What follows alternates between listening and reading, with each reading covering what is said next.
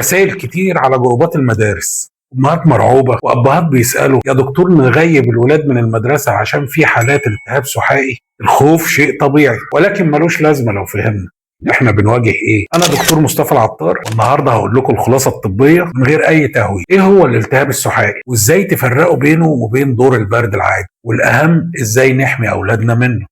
بكل اختصار الالتهاب السحائي هو التهاب في الاغشيه المحيطه بالمخ واللي بتغلف الحبل الشوكي، وفيها نوعين اساسيين. الاول فيروسي وهو ده المنتشر والاكثر شيوعا والحمد لله بيجي خفيف وبيخف لوحده كانه دور برد تقيل. تاني هو البكتيري وهو ده اللي بنقلق منه لانه سريع الانتشار جدا، لكن لحسن الحظ هو نادر شويه. المرض بينتقل عن طريق الرذاذ زي الكحه والعطس، بيستخدموا ادوات وازايز بعض. وايه هي علامات الخطر اللي لو شفناها نتحرك فورا على المستشفى؟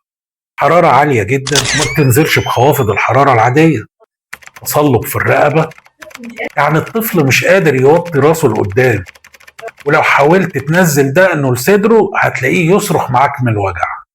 صداع شديد جدا مع ترجيع مستمر من غير ما يكون واكل اي حاجه.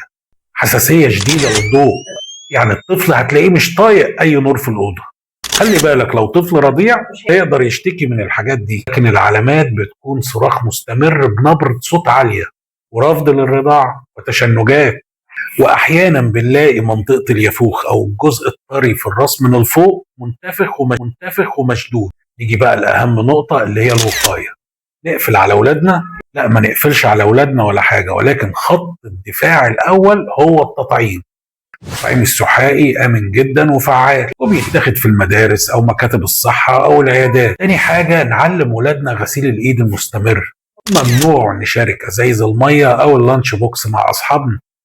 الالتهاب السحائي مرض خطير بس الوعي والتطعيم اقوى منه بكتير. الحالات مش زياده عن الطبيعي ولا حاجه، مفيش داعي نمشي ورا الشائعات ونقلق، ولكن دايما بنقول الوقايه اهم من العلاج. ما تخافوش بس خليكم دايما مصحصحين لاولادنا. نعمل شير للفيديو عشان نطمن اكبر عدد من الناس، ولو في اي اسئله ابعتولي.